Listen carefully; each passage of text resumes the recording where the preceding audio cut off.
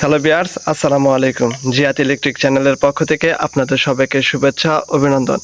আমি আজকে আমার ভিডিওতে আপনাদেরকে দেখাবো একটি বাথরুম মিক্সার ওয়ারিং কিভাবে করতে হয়। বাথরুম মিক্সার ওয়ারিং করতে কি কি মালামাল প্রয়োজন সে বিষয়টি আমি আপনাদেরকে বলবো। তো যারা এখন আমার চ্যানেলটি সাবস্ক্রাইব করেননি, আমার চ্যানেলটিকে সাবস্ক্রাইব করে পাশে থাকা বেল আইকনে ক্লিক করুন পরবর্তী ভিডিও নোটিফিকেশন পাওয়ার জন্য। যারা ইতিমধ্যে সাবস্ক্রাইব করেছেন তাদেরকে অসংখ্য ধন্যবাদ। তো এখন দেখেন আমি এই মিক্সারটি ওয়ারিং করেছি আপনাদেরকে দেখানোর জন্য। তো এটা আমি কিভাবে ওয়ারিং করলাম সেটি আপনাদেরকে পুরো ভিডিওর মাধ্যমে দেখাবো। তো এই ওয়ারিংটি করতে আমাদের প্রথম কি কি জিনিসপত্র প্রয়োজন সেটি আপনাদেরকে দেখাচ্ছি। বাথরুম মিক্সার ওয়ারিং অনেকে 3টি কনসোল দ্বারা করে থাকে, আমি আপনাদেরকে এখন 2টি কনসোল দিয়ে কীভাবে বাথরুম ওয়ারিং মিক্সার ওয়ারিং করা হয় সেটি এখন দেখাবো। তো 2টি কনসোল দিয়ে কীভাবে বাথরুম মিক্সার ওয়ারিং করে দেখেন। প্রথমে আমরা 2টি কনসোল ব্যবহার করেছি, কনসোলটি 3-4 কনসোল ব্যবহার করেছি। দেখেন এখানে 3-4 লেখা আছে। সেই সাথে একটি মিক্সার ওয়ারিংয়ের ক্ষেত্রে আমাদের 4টি নিপেল প্রয়োজন। 3-4 4টি নিপেল লাগবে, সাথে একটি 3-4 টি লাগবে এবং 3-4 2টা এলবো লাগবে। আবার আমাদের শর্ট পিস, এরকম শর্ট পিস 3টা শর্ট পিস নিতে হবে। তো এই শর্ট পিস আমাদের কত ইঞ্চি নিতে হবে সেটা আমি ভিডিওতে আপনাদেরকে বলে দেবো। আপনারা ভিডিওটি কন্টিনিউ করতে থাকেন এবং দেখতে থাকেন আমি মিক্সার ওয়ারিংটি কীভাবে করলাম। তো দেখেন এক এক করে আমি দেখাচ্ছি কীভাবে মিক্সার ওয়ারিংটি করলাম। এগুলো আমি কীভাবে সেটিং করলাম সেটি আপনাদেরকে এখন দেখাবো। তো আমার ভিডিওটি আপনারা কন্টিনিউ করতে থাকেন। দেখেন আমি একটা মিক্সার ওয়ারিং করতেছি। এটা প্রথমে আমরা টি এর সাথে এলবোর সাথে দুটি নিপেল ব্যবহার করেছি। নিপেলটি আমি আগে লাগিয়ে নিয়েছি ভিডিওটি যাতে লং না হয় সেজন্য। এখন আমি এটি টাইট দেবো। দেখেন এগুলো ভালোভাবে টাইট দিয়ে নিতে হবে যাতে কোনো অবস্থাতে লুজ না থাকে। লুজ হলে দেখা যাচ্ছে এখানে পানি লিকেজ হওয়ার সম্ভাবনা বেশি থাকে। তো আমরা এটাকে ভালোভাবে টাইট দিয়ে নেব, 5 টেন্স দ্বারা টাইট দিয়ে নেব।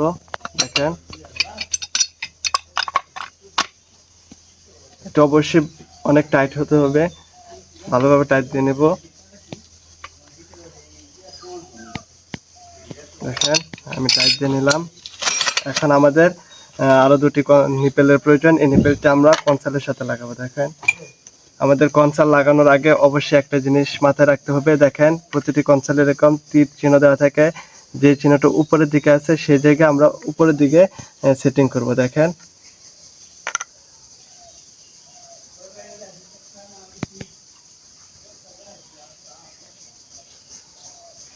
এভাবে দেওয়ার পর আমরা ভালোভাবে টাইট দিয়ে নেব।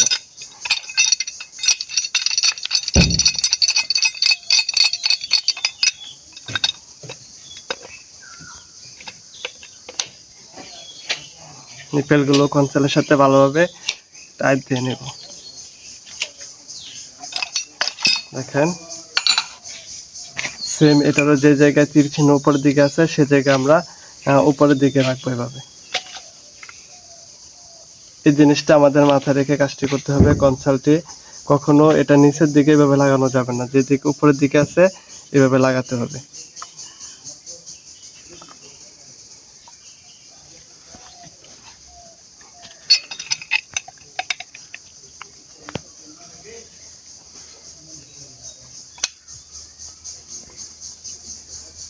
দেখেন আমরা ভালোভাবে টাইট দিয়ে নিলাম। এখন আমরা এটার মধ্যে থ্রেড টেপ দিয়ে নেব।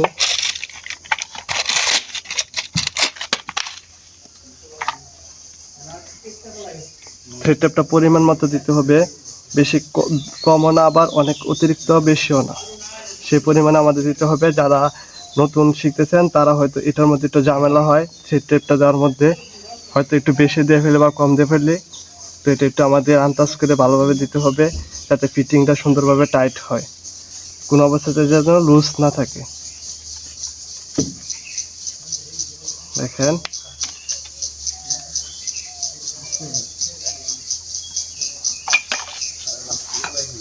দুইটার মধ্যে দিয়ে নেব।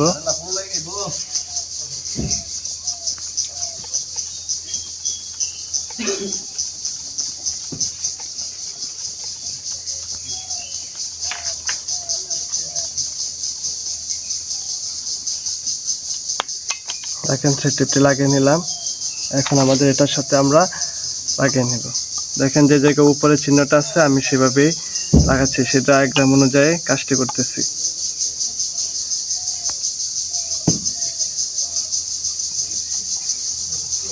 আমরা সবগুলো ফিটিং অবশ্যই ভালোভাবে টাইট দিব। দেখেন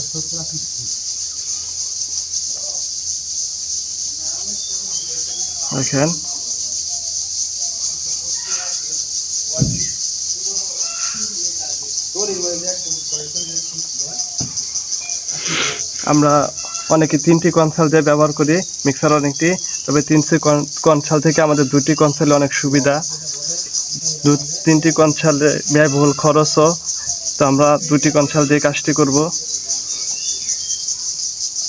দেখেন এটি যেন সমানে সমানে থাকে, সোজা থাকে, সেটি খেয়াল রাখতে হবে। দেখেন আমি করে নিলাম কাজটি। এখন আমরা যে শর্ট পিসগুলো নিয়েছি এই শর্ট পিসগুলো এখানে লাগাবো। এই শর্ট পিসের সাথে আমাদের ব্যবহার করতে হবে, আমি ভিডিওতে বলি নাই। দেখেন আমাদের ব্রাশটিও প্রয়োজন। এটা হচ্ছে ব্রাশ 340, হাফ 340।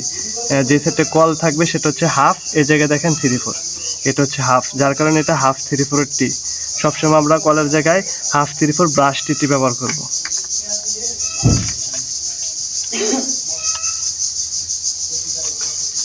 দেখেন সব জায়গায় আমাদের থ্রেড টেপ দিয়ে নিতে হবে, এটি অবশ্যই দিতেই হবে, নয়তো পানির লিকেজ হবে।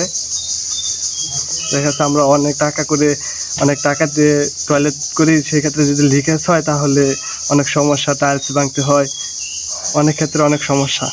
ফিনিশিংয়ের পর যদি লিকেজ হয় কাজটি আবার রিপেয়ার করতে অনেক কষ্ট হয়। তো সেক্ষেত্রে আমরা এটি সতর্কতার সাথে কাজটি করব, যাতে কোনো অবস্থায় লিকেজ না হয়। দেখেন আমরা এটার মধ্যে লাগিয়ে নেব।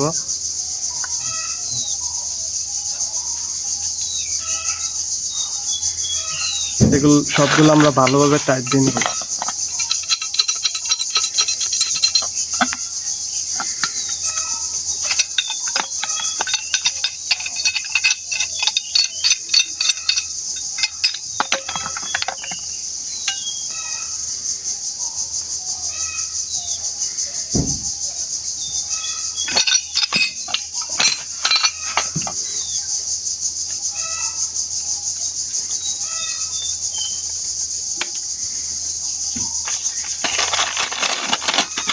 দেখেন সবগুলোতে আমি দিয়ে নিচ্ছি। যারা নতুন নতুন কাজ শিখতেছেন, আজকের ভিডিওটি যদি আপনারা কন্টিনিউ করেন তাহলে আপনার 2টি কনসোল দিয়ে সুন্দরভাবে মিক্সার ওয়ারিংটি করতে পারবেন। আমি একটি বাথরুমে কিভাবে ফুল ওয়ারিং করলাম সেটিও দেখাবো। যারা নতুন বাড়ি করতেছেন তারা বাথরুমে কোন জায়গায় কি দিবেন, অনেক বাড়িগুলো চিন্তা করেন, তো আজকের ভিডিওটা আমি সেটাও আপনাদেরকে দেখিয়ে দেব। একটি বাথরুম ওয়ারিং কিভাবে করতে হয়, কোন জায়গায় কমরটি দিলে ভালো হবে, কোন জায়গায় কল দিলে ভালো হবে, সে পুরো বিষয়টি আপনাদেরকে দেখাবো। তো আমার ভিডিওটি কন্টিনিউ করতে থাকেন।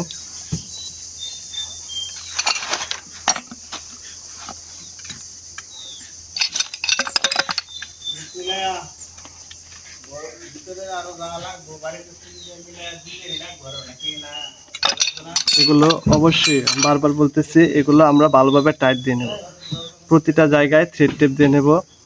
আর এই শর্ট পিসগুলো একই মাপের হতে হবে, একটু যদি বেশ কম হয় তাহলে দেখা যাচ্ছে আমাদের মিক্সারটি মেলাতে অনেক কষ্ট হবে।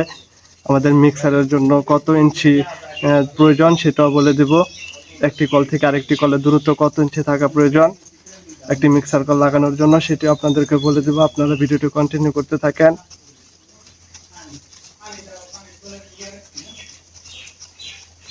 তো দেখেন আমি থ্রেড টেপে লাগিয়ে নিলাম।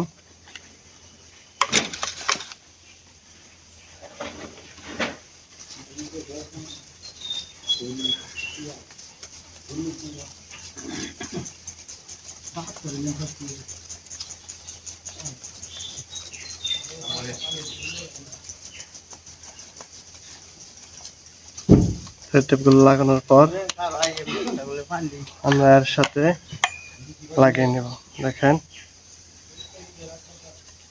এটা থেকে এটার দূরত্ব কত ইঞ্চি হওয়া উচিত, কত ইঞ্চি আমাদের প্রয়োজন একটি মিক্সার কল লাগানোর জন্য, সেটি আপনাদেরকে বলে দেব। একটি কলের থেকে একটি কলের দূরত্ব কত ইঞ্চি হওয়া দরকার সেটাও আপনাদেরকে বলবো।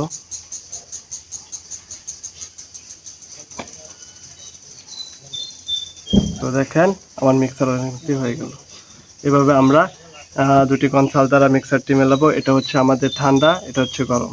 তো একটি আমি এরকম করেছি, দেখেন এটা হচ্ছে গরম, এটা হচ্ছে ঠান্ডা। দেখেন এটা দিয়ে এখন আমরা এটা হচ্ছে ঠান্ডা পানি এটা দিয়ে আসবে, এটা হচ্ছে গরম পানির লাইন। তো সেই ওয়ারিংটা আমি বাথরুমের ভেতরে করব, কীভাবে করব সেটি আপনাদেরকে দেখাবো। তো তো আজকে এটাই দেখালাম। আরেকটি ভিডিওতে দেখাবো আমরা কিভাবে বাথরুমের মিক্সারের ভিতর কাজটি করব। তো সেটার আগে আমি আপনাদেরকে বলেছিলাম এটা শর্ট পিস কত ইঞ্চি নিচ্ছি। তো এই শর্ট পিসটা আমি 11 ইঞ্চি নিচ্ছি শর্ট পিস। প্রতিটা শর্ট পিস 3টা শর্ট পিস প্রয়োজন, 3টা শর্ট পিস আমরা 11 ইঞ্চি নিয়েছি। এবং একটি কল থেকে আরেকটি কলের দূরত্ব হওয়া উচিত 6 ইঞ্চি।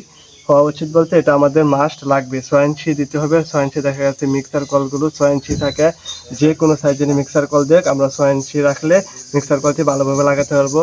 আর এই জিনিসটি অবশ্যই ওয়াটার লেভেল দ্বারা আমরা ভালোভাবে সমানভাবে যাতে দুটোটা এক লেভেলে থাকে সেটি আমরা খেয়াল রেখে কাজটি করব। সেম এটাও। আর এটা হচ্ছে আমাদের শাওয়ারের জন্য ব্যবহার করব, এটার মধ্যে ঝর্ণা লাগবে। তো আজকে এ পর্যন্তই। আমার ভিডিওটি যদি আপনাদের ভালো লাগে, কোনো প্রকার উপকারে আসে, অবশ্যই আমার ভিডিওতে একটা লাইক করে যাবেন, কমেন্ট করে যাবেন, কাজের মূল্যবান মতামতগুলো আপনাদের আমার কমেন্ট বক্সে জানিয়ে যাবেন। তো আজ এই পর্যন্তই, সামনে আরেক ভিডিও নিয়ে আপনাদের সাথে হাজির হব। সবাইকে ভালো রাখবেন, ভালো থাকবেন। আল্লাহ হাফিজ।